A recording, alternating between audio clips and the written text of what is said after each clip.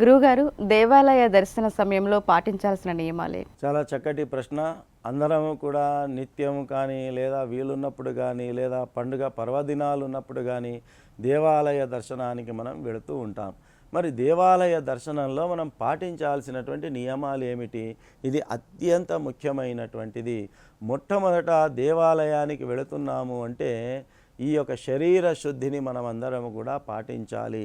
అంటే స్నానాధికాలన్నీ కూడా పూర్తి చేసుకోవాలి, శుభ్రమైనటువంటి వస్త్రాలను ధరించాలి, ఎక్కడ ఎలాంటి దుస్తువులు ధరించాలనేటటువంటిది కూడా అతి ముఖ్యమైనటువంటి విషయము.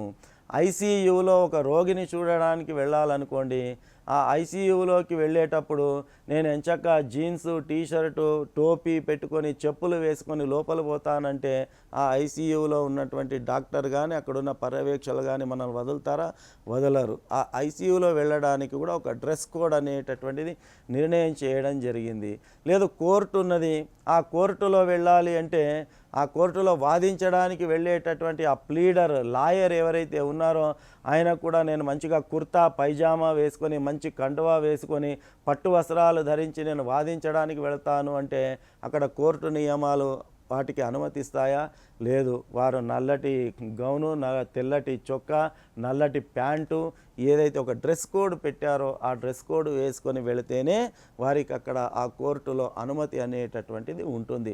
అట్లాగే మన సనాతన ధర్మంలో మనము మన యొక్క మందిరాలకు వెళ్ళాలన్నా, దేవాలయాలకు వెళ్ళాలన్నా, తీర్థక్షేత్రాలకు వెళ్ళాలంటే కూడా మనకంటూ ఒక డ్రెస్ కోడ్ అనేటటువంటిది, సాంప్రదాయ వస్త్రధారణ అనేటటువంటి ఒక నియమం మనకు నిర్ధారణ చేయడం జరిగింది.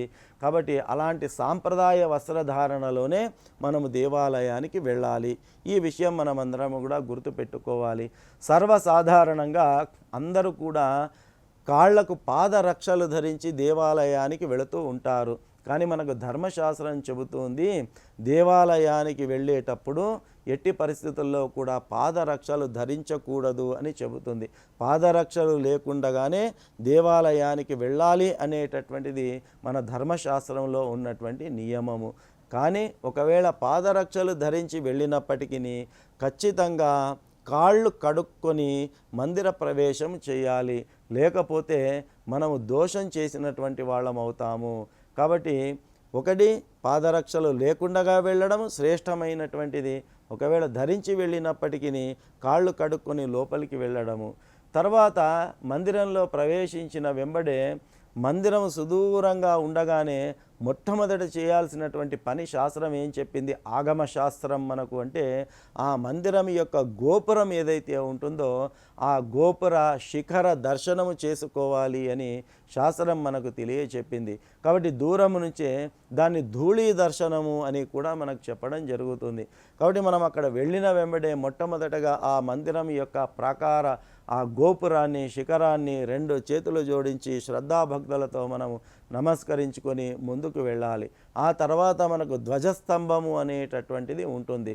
ఆ ధ్వజస్తంభము దగ్గర మనము ధ్వజస్తంభాన్ని స్పర్శ చేసుకొని నమస్కారం చేసుకోవాలి.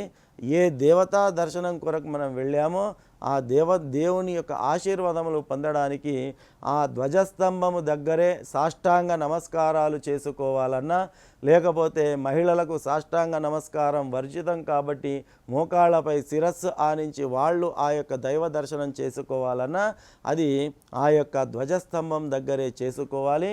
ధ్వజస్తంభము దాటిన తర్వాత ఎట్టి పరిస్థితుల్లో సాష్టాంగ నమస్కారం కానీ శిరస్సు వంచి మోకాళ్ళపై కూర్చొని నమస్కారం కానీ చేయకూడదు అనేది మనకు ఆగమ శాస్త్రం మనకు తెలియచేస్తూ ఉన్నది.